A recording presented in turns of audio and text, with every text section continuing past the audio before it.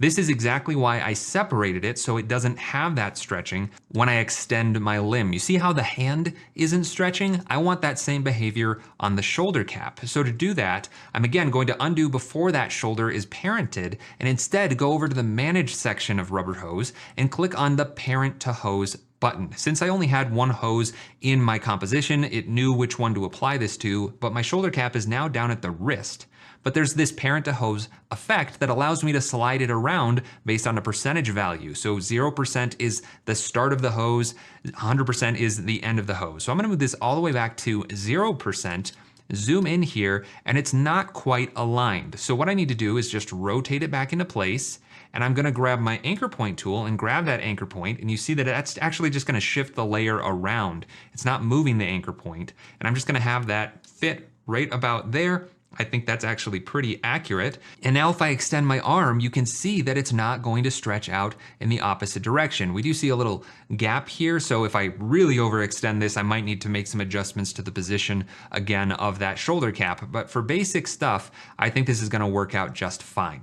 Now I'm gonna repeat this process for the rest of the character rig, and I'll stop when there are certain things that I think you should be aware of.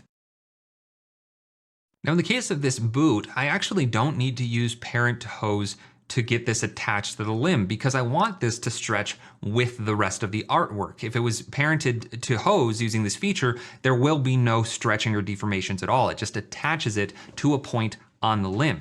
So what I want to do in this case is just parent this to the lower leg artwork. And now if I move this around, you see that it moves with it, it stretches, and the toes, I can also just parent that to the foot layer that I have here.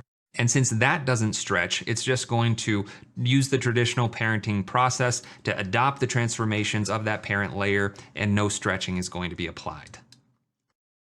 Now on this leg, I get a pretty big jut out on the knee here, and I would like to correct that. Fortunately, this is something that you can do with a rubber rig system because it's just attaching these limbs to an underlying hose that's actually just being hidden. So what I can do is move this layer around however I want, and it's going to still rotate from the same point. So if I just move it down a little bit, let's see what happens there. In fact, I can even do it from this bent angle. Really, what I think the issue is this layer is stretching out too much. So I'm just gonna grab the scale and kind of change this a little bit just so it lines up with the knee joint a little bit more. What probably happened is that the slide value is not close to 50%, and sure enough, there it is, slide, it's at 40%. So that's a 10% difference of the simple bend versus the actual calculated center point for that anchor, and that's probably why it was so off. But that is totally correctable just by adjusting that layer's position, scale, maybe a little bit of rotation,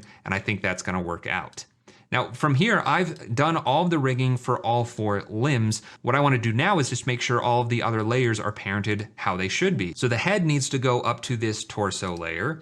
The skateboard, we can parent that right to the left hand. So we'll parent it there. And then let's grab all of the rubber hose controllers. So they're all labeled with an orange label. I'm gonna select that label and say select label group, and then just move them all to the top of the layer stack. And now I wanna isolate the shoulders and the hips. So I'm gonna grab those layers like that and drag them down below the ankles and wrists. These are the attach points for the 4 limbs to the torso. So I wanna parent these to that torso layer. So there we go, those are now parented. I can even just turn them off. I don't need to see them anymore because I don't want to manipulate them. But now if I move my torso, everything connected to it moves with it. So we're already on our way to having this character rig finished, but we just have a few more controls that I'd like to add. So let's start with the torso. I'm gonna select the layer and come over to Void. This is a freebie from Battle Axe. You do not have to use Void in order to do what I'm doing here, but it just makes it so much quicker. What I wanna do is make sure, one, that the anchor point is right where it needs to be, down here at the hips, so that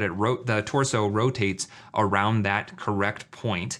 And then I'm going to just click on the Void button. If I do that, it's going to generate a shape layer version of a null object, basically. So you could just make a null object and place it in the exact same place as that anchor point, but this is doing it for me. And not only has it done that, but it's also parented the torso to that layer for me. So with one click, I was able to do 3 or 4 steps all at once. And now if I move that to the top of my layer stack and move this around, I have a controller layer for the torso, which drives everything that's parented to it. But I also have some handy controls. Since this is void, I can make this maybe a little bit bigger. I'll say 300 by 300, round it off a little bit, give it some style. I'm gonna increase the stroke up to say 10, and I don't really want dashes on this controller, so I'll just go into the contents, stroke, and remove those dashes. And why don't we change the color to be something a little bit more fun?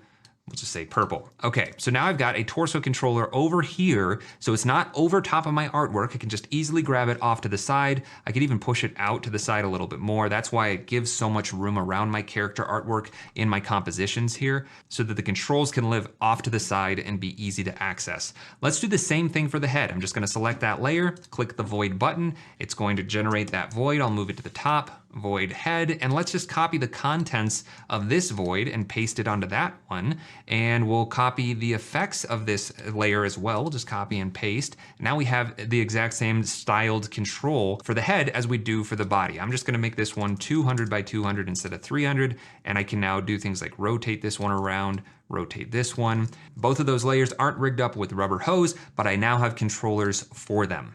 Now let's move on to the toes. If I rotate these layers around, actually I forgot to move that anchor point. That should be right about there. But I can rotate this around to get kind of a toe roll action on the foot.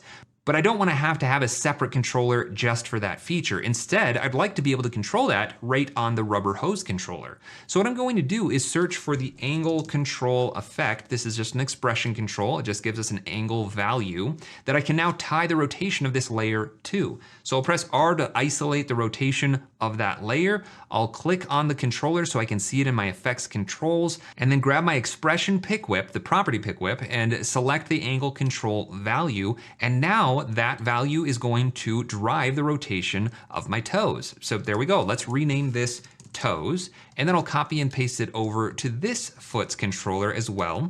Bring up the rotation for that layer, use my property pick whip to grab that toes angle control, and now I've built in a secondary level of control on a single controller, just simplifying things, condensing them, making it easier to work with. I think those are all the custom controls that I need. What I want to do now is just clean up my composition so I don't have to look at 42 layers every time I want to change something. And first things first, I'm going to select all of my artwork layers. So I'll again click on the label color for the artwork, select label group, and lock all of those layers. So now I can't click and drag any of these around, just the controllers that are visible. All of the behind the scenes stuff for rigging, like the bones and the hoses, those are all hidden already. What I want to do next is shy all of these layers and turn on the shy switch. But I actually used ChatGPT to create a scriptlet that I've installed into KBAR that can do this for us. Now, you don't have to have KBAR to run this script. You could put it in your scripts menu and go up to File, Scripts, and run it right here. But I would highly recommend that you look into KBAR. It's such a time saver. You can download these scriptlets or a KBAR file that you can import into your KBAR to get this button. But what it does is shies locked layers, or if you hold Alt, it will shy and lock hidden layers, or if you hold Shift, it will lock shied layers. So lots of options there, but first I'm just gonna click on shy locked layers.